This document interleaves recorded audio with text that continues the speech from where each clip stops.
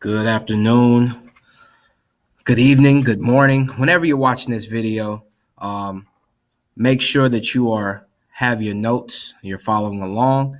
Let's go ahead and get started, people.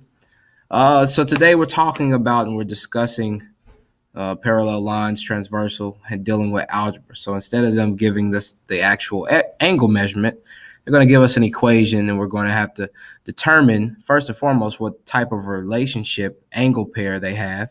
And then we're going to have to solve the equation for x, depending on whether the relationship is a congruent type of relationship or a supplementary type of relationship.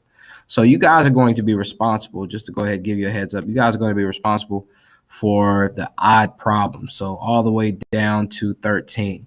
Okay. Now notice I've already did some of these problems, which I recorded a video previously.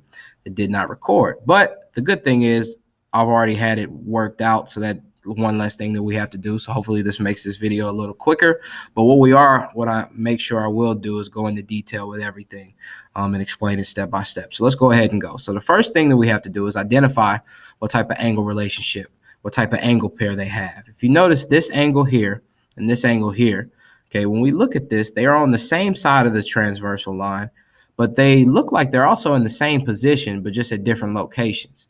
So if you remember from your notes, okay, remember what we discussed previously, angles that look like this in the same position, same location, but different position are known as corresponding angles. And we think to ourselves, are corresponding angles congruent or are corresponding angles supplementary? You are absolutely correct. They are congruent. So since they are congruent, another word for congruent, it means the same. So we're going to set these two equal to one another, and we're going to solve for x, because right now up top we're just solving for the value of x. So when we set them equal to each other, okay, now we just have a two-step equation that we can go ahead and tackle. Okay, so we do the opposite here. We have to get rid of this 45, negative 45, so we add 45 to both sides.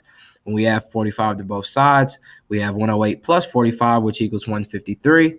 And to finish off this problem, okay, we go ahead and we divide both sides by 17. And when we divide both sides by 17, we find that x equals 9. Okay, so let's go ahead and recap that really quickly. Some of you all might be wondering, why did we set these two equations equal to one another? We set them equal to one another because they have a corresponding relationship.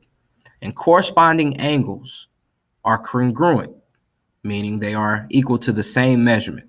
So since they are equal to one another, we went ahead and set them equal to one another and solved for our variable. Okay, let's look at a different type of relationship we might run into. Okay, so first our job is to determine what type of relationship we have.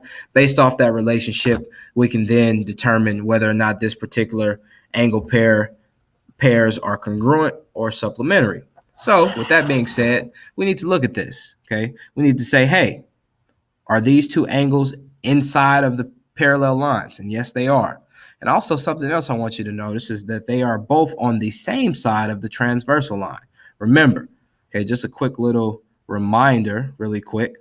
This line right here is our transversal line, okay?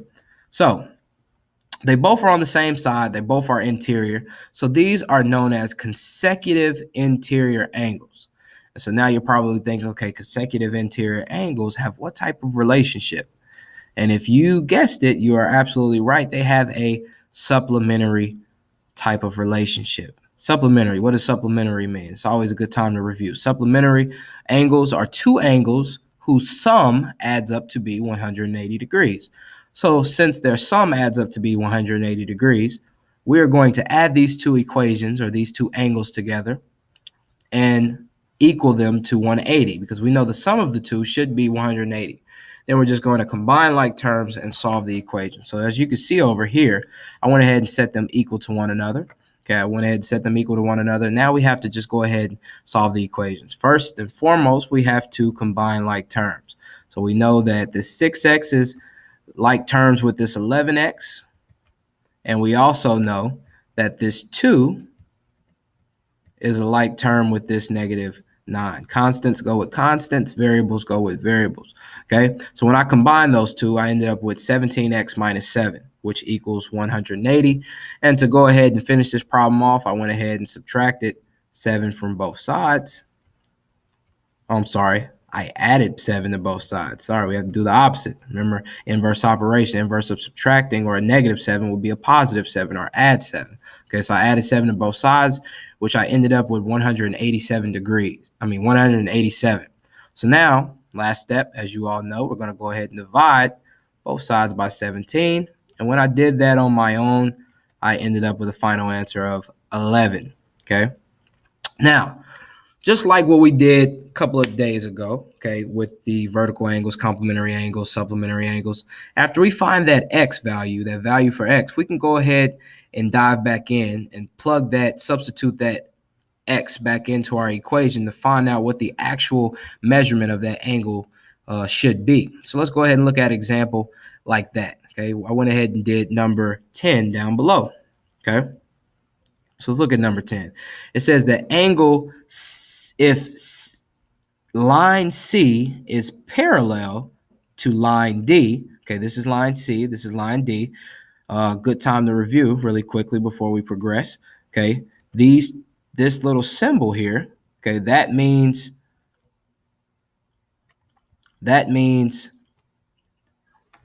parallel. Okay, parallel to. Okay, so how this is read, okay, really quickly before I progress, if line C is parallel to line D, the measure of angle XYV, so angle XYV, so this bottom angle, okay, and the measure of angle YVW, so the measure of angle YVW, so we're talking about this bottom one, okay, find the measure of YVW. So first we need to determine what type of relationship these two angles have.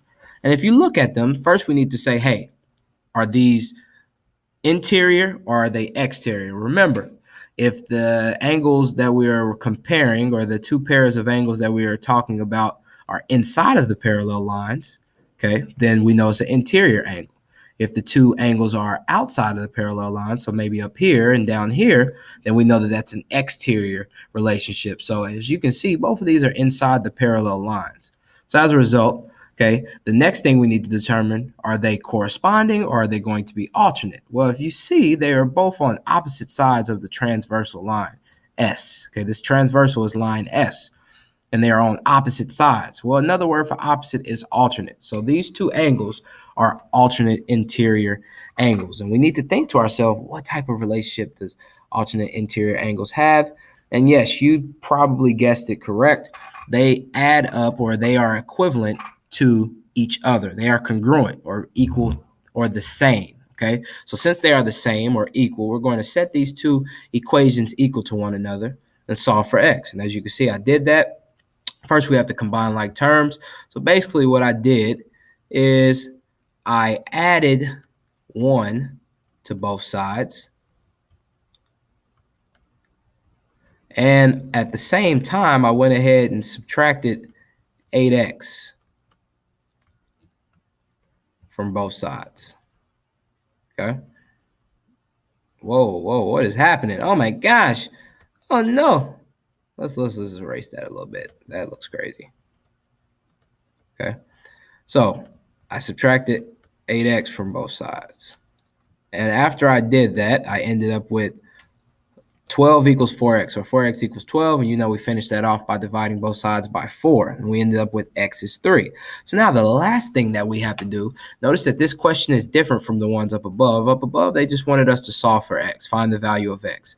Down below, they want us to actually determine what the measure of this particular angle is, the measure of angle YVW. And as you can see, YVW was the equation 12x minus 1. So all I did here is evaluate. We're going to use this x equals 3. I'm going to substitute this value of 3 for x into the equation and go ahead and follow our order of operations to simplify the expression, the numerical expression. So we substitute our 3 in for x. 12 times 3 is 36, and 36 minus 1 is going to be 35. So the correct way we write this out, let me go ahead and highlight this.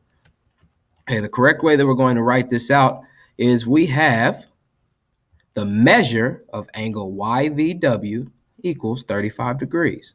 Okay, the measure of angle YVW equals 35 degrees. Okay, now like I said at the beginning of the video, you guys are going to be responsible, you guys and gals. Ooh, I can't forget about the young ladies.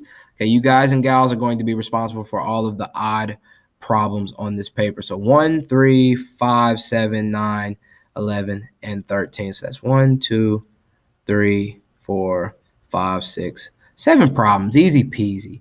Okay, so we're going to talk about those when you get into class. If you would like, you can go ahead and practice all of them. Okay, practice only makes improvement, and we will discuss them in class. Make sure you write your answers down, write your questions down prior to coming to class so that you can come to class prepared and ready to tackle this assignment. This is Math with Mr. Samuels and Ms. Brunell. Have a great evening, ladies and gentlemen.